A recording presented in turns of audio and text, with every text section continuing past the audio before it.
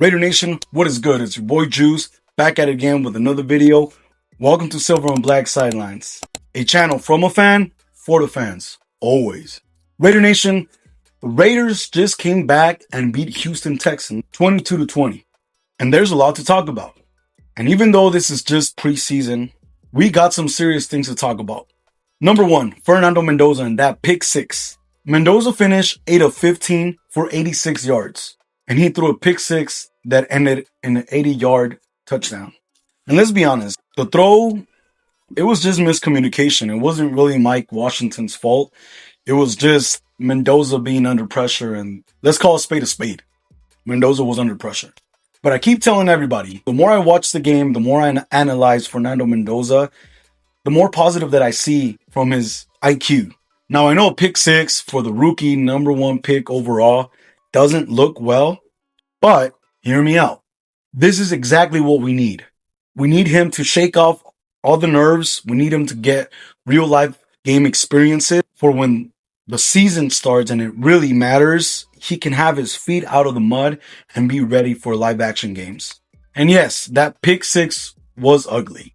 But what I want to see from the first overall pick isn't perfection. Nobody's perfect. What I want to see is how he responds. Fernando Mendoza, he's a rookie and it's his first year in the NFL. There's levels to this shit. And Mendoza coming into the NFL as the overall pick, it's going to be way different from, college ball. And this is exactly why preseason matters, because you need to dust off all that rookie mistakes out of your system. One of the things I want to highlight, and I'm pretty sure everybody saw by now, is Max Crosby coming up to Fernando Mendoza in the sideline. It just goes and tells you how much this team is coming along together. And that's kind of what you want to hear in this offseason. The team coming together as one. Because when the team starts playing as a team and you eliminate the I, then you really start going after those wins. What really matters, playing like a team. They say there is no I in team. Max Crosby coming through and talking to Mendoza just speaks volume on what Crosby thinks about Mendoza and really the impact that Mendoza has done in this team, really. He's obviously earned Max's respect. For Max Crosby to come and cheer him up, it speaks volumes. Now let's talk about Trayden Stukes, because that guy played his heart out. And you can really see the definition that he brought from the first game, from all the tackling and just not giving up on plays. Every single play that was thrown his way, I saw nothing but eagerness and fire from that guy. Stukes was definitely worth that second round pick. He was playing hard and he was playing tough. He reminded me of the good old Raiders. To be honest, I don't think we're near done evaluating Stukes, but I really liked what I saw in that preseason game number 2. Talking point number 4, Malik Benson. Now, I really want to talk about him because although a lot of fans were disappointed on him dropping the balls, you can see that chemistry between him and Mendoza, and it's there. It's not just imaginary. However, what I did see is Malik Benson just being nervous. Remind you, this is Houston Texans defense. They did a lot more scoring than their offense did last year. We weren't against nobodies. Malik Benson was getting targeted a lot from Fernando Mendoza, and that tells me only one thing. Malik Benson and Mendoza are going to build that WR1 and QB1 connection for the future. Who knows? We may have gotten WR1 for the future. And if we're being real, the talent's there. But you got to catch those damn balls. So he might have his roster spot in the team for sure, because you can see that chemistry building up, cooking up between Mendoza and Malik Benson. But like I said, talent is there, but you got to catch them balls. And real quick, shout out to Mike Washington, because my God, that dude is a dog. The way he bounces off of defenses is crazy. And the way he's so aggressive, he runs with so much anger.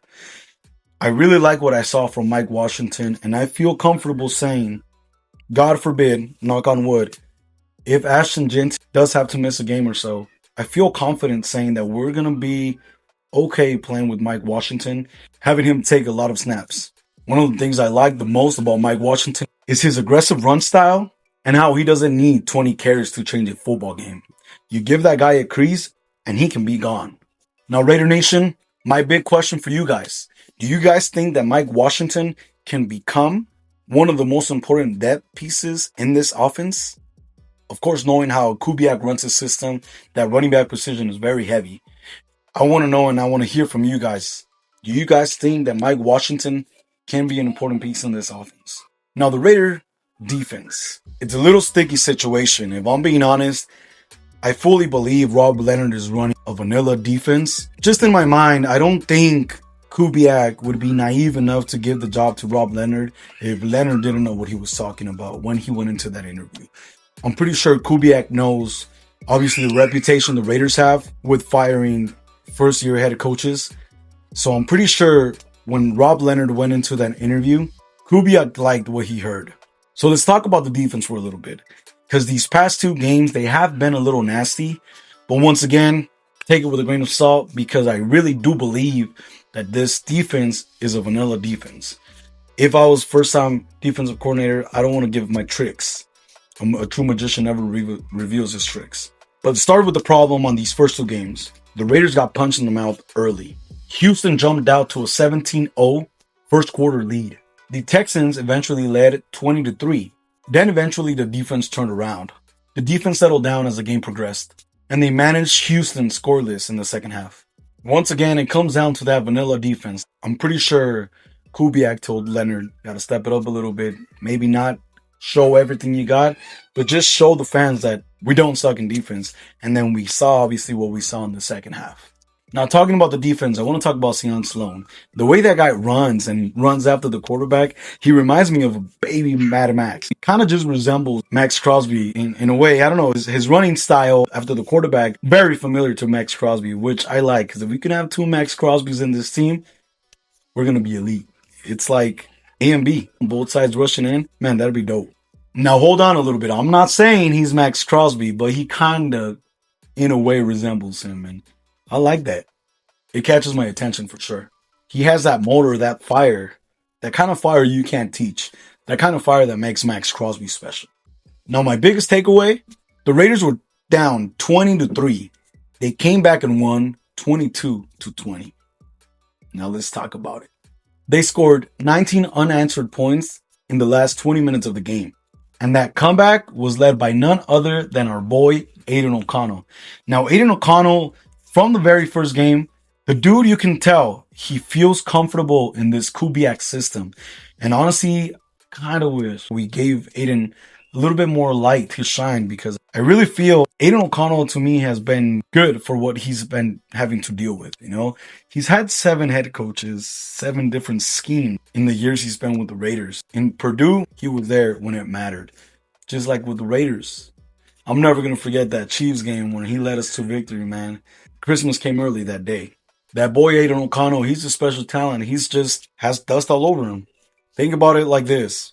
If you have a gold chain, 24 karat, beautiful Miami link chain, but you let dust sit on it, obviously it's not going to shine. It's not going to look as good and polished as if you cleaned it, maintained it, and showed it off. The same thing with Aiden O'Connell. I believe he's good. He has the arm talent. He's a smart kid, humble person. And I think with the right system, he for sure can be a QB1 in another team. But let's not take it there. I don't want AOC to be leaving the Raiders. If he can be QB2, who knows, maybe in 2-3 years. In the meantime, that Kirk Cousins handles the Raiders and takes care of us for the time being, of course. I would love to have Fernando Mendoza QB1 and Aiden O'Connell QB2. So Raider Nation, comment down below your thoughts on Aiden O'Connell and what you guys thought about his performance essentially in this game. The dude was balling, and I saw flashes in the first game. The only thing is, they gave him the wide receiver 3s and all the unpolished receivers. So obviously he didn't look as good as he did in that first game because even though he was making the throws, he was hitting them right on target. He just didn't have the hands to catch the balls. But he looked good to me on the first game. And the second game, obviously, he led us back to that victory, 22-20, guys. Aiden O'Connell, our savior. Aiden O'Connell, our comeback GOAT. Aiden, the comeback GOAT O'Connell. Anyways, Raider Nation, that was my takeaway points from preseason game number 2 against the Houston Texans, 22-20. And yes, there's a lot to clean up. Mendoza has a lot to learn. Malik Benson has to catch those damn balls. And the defense cannot start like that.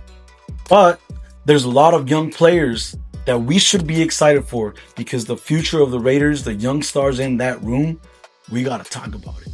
Stooks, Benson, Washington, McCoy, and if these young guys keep developing the way they should and the way I know they can be under Kubiak, man, this Raider roster really can be something nice and could look very different when the regular season gets around. So Raider Nation, enough of me talking. I want to hear from you. Who was your bigger winner for this game? Was Stooks worth that second round pick? Can Fernando Mendoza develop to that QB1 that this franchise needs? And is Sion Sloan kind of giving you that Max Crosby energy vibe?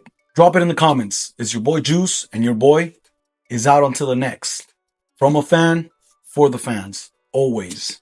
Just win, baby. Win, lose, or tie. Raiders till the die. Raider Nation, I'll see you on the next one.